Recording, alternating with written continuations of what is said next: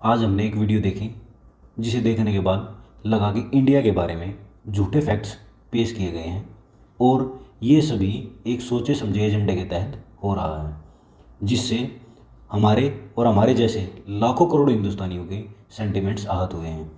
ये सब देखने के बाद हमने इसका एक ज़ोरदार रिप्लाई देना ज़रूरी समझा। जिंदगी भर के लिए वजूद पर निशानी पड़ जाए, बात ऐसी ना लिखो कि लिख कर मिटानी पड़ जाए। अक्सर एजेंडा चलाते वक्त फैक्ट्स और फिगर्स काफ़ी पीछे छूट जाते हैं और ऐसा ही हमें देखने को मिला हमारे तथाकथित बुद्धिजीवी फेक दास द्वारा कैनेडी सेंटर वाशिंगटन डीसी में।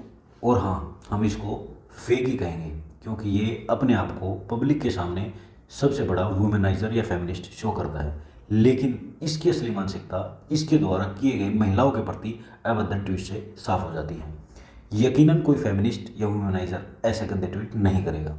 हाल ही में अपनी टू इंडिया कंट्रोवर्सी से लाइमलाइट में आने वाले फेक दास और इसी तरह की देश विरोधी मानसिकता को जस्टिफाई करने वाले कुछ लोगों को आज हम Meet and Jeet genuine facts and figures के साथ ऐसे लोगों को असली भारत की सैर कराते हैं।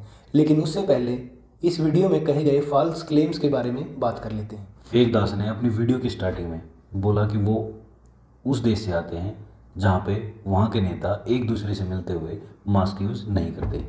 तो उनका कहने का मतलब है कि कोविड पेंडेमिक के दौरान इंडियन लीडरशिप नॉन सीरियस थी। तो चलो देखते हैं कि इस लीडरशिप के साथ हमने क्या क्या अचीव किया।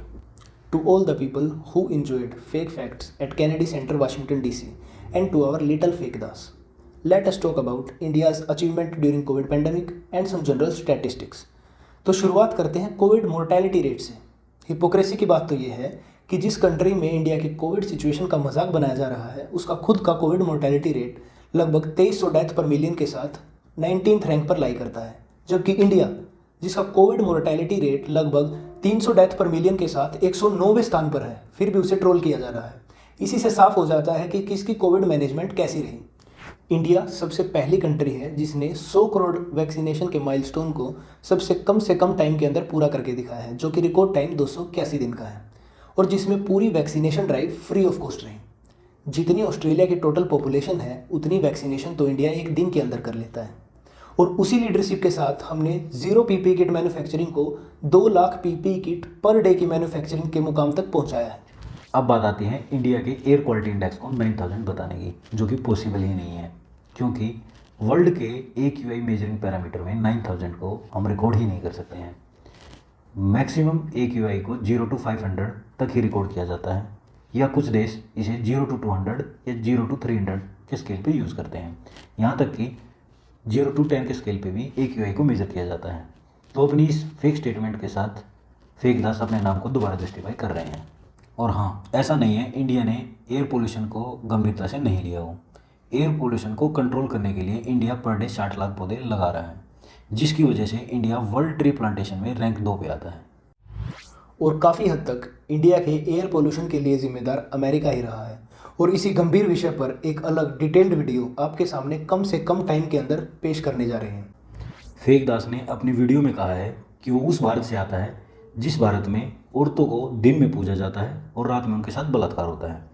तो सबसे पहले फेक दास को बता दें कि वो अपने घर के इन्वायरमेंट को पूरे इंडिया का इन्वायरमेंट ना समझे, क्योंकि भारत का कल्चर कुछ ऐसा है जिसमें भगवान श्री राम से पहले माता सीता का नाम लिया जाता है और भगवान श्री कृष्ण से पहले राधा जी का। फेक दास की एक पुरानी वीडियो के अनुसार ISIS इस्लाम को रिप्रेजेंट नहीं करता है।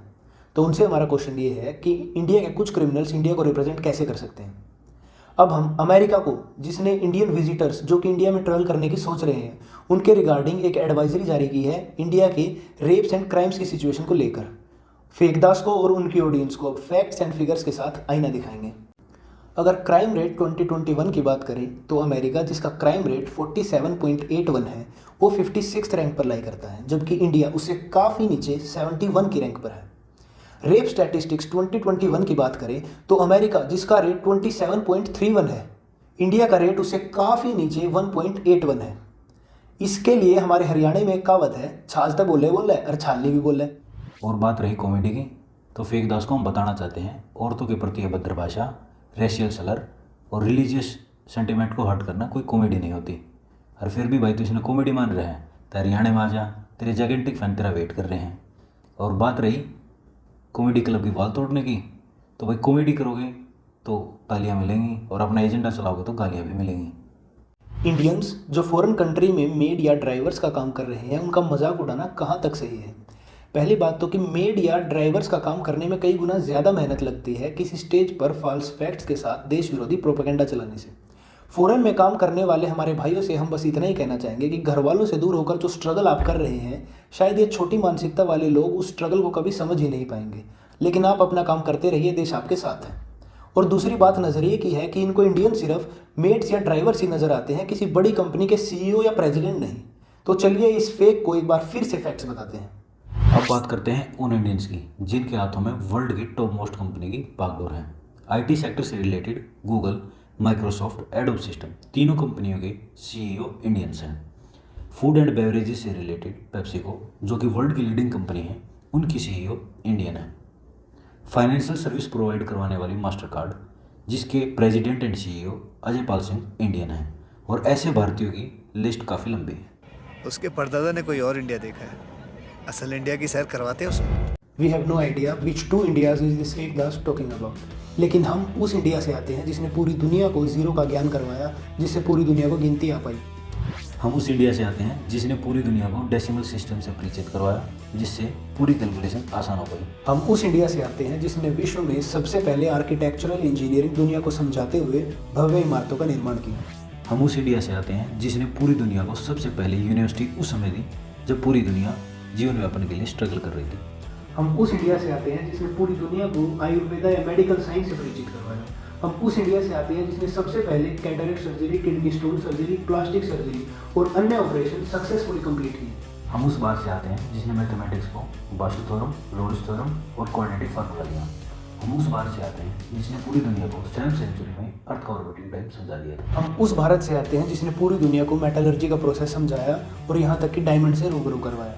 हम उस भारत से आते हैं जिसने पूरी दुनिया को फाइबर ऑप्टिक्स के बारे में बताया, जिसकी वजह से आज पूरी दुनिया एक दूसरे से कनेक्टेड है। हम उस इंडिया से आते हैं जिसने पूरी दुनिया को माइक्रोवेव कम्युनिकेशन से इंट्रोड्यूस करवाया, जो कि आगे चलकर satellite, radars, wifi, remote control sensing की फाउंडेशन टेक्नोलॉजी बनी। हम उस इंडिया से आते हैं जिसने पूरी दुनिया को यूएसबी टेक्नोलॉजी दी। हम उस इंडिया से आते हैं जो कि पूरे विश्व में सबसे पहला देश बना अपना मार्स मिशन 100% सक्सेस रेट के साथ लॉन्च करने वाला।